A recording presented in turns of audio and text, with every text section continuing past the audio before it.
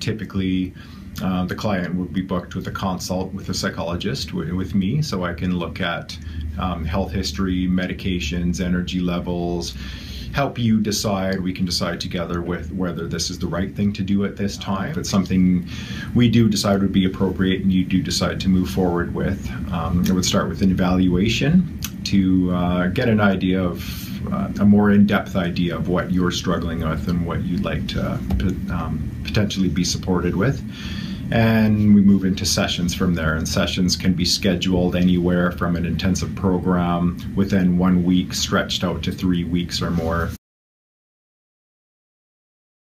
Brainwaves are the sum of all the electrical activity that's happening in your billions of brain cells that are all firing together in different networks and configurations throughout your brain, making everything happen emotionally, mentally, and physically. So when those neural pathways get disrupted because of physical trauma, such as a concussion or an emotional or their emotional traumas or chronic stresses, things can get disrupted in those neural pathways, which means that the brainwave activity itself is disrupted. Perfect, so we're just going to put the sensor up here.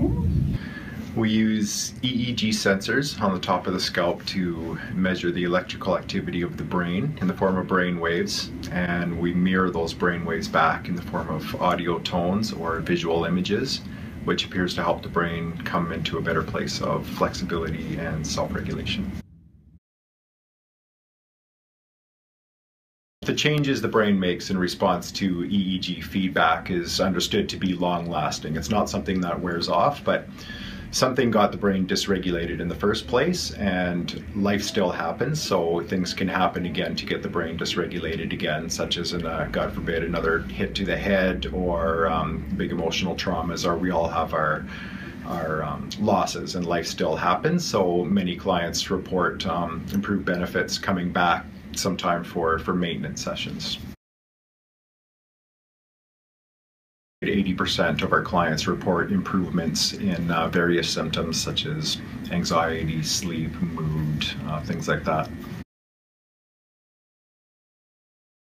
The amount of change we see that happens over a week is absolutely mind-blowing sometimes, and granted, not everybody has that wow effect, but the vast majority of people, like we said, the 80% of people will report that they're feeling better in so many areas, and oftentimes this is a place of last resort for them, and to see the changes that can happen so quickly when things are aligned, and with these types of technologies that can support their other processes, it's just very encouraging. And the most promising areas in the literature so far with neurofeedback is in regard to PTSD, substance abuse, ADHD, and epilepsy. And there's ongoing encouraging research into areas like depression, anxiety, insomnia, mild traumatic brain injury, among others.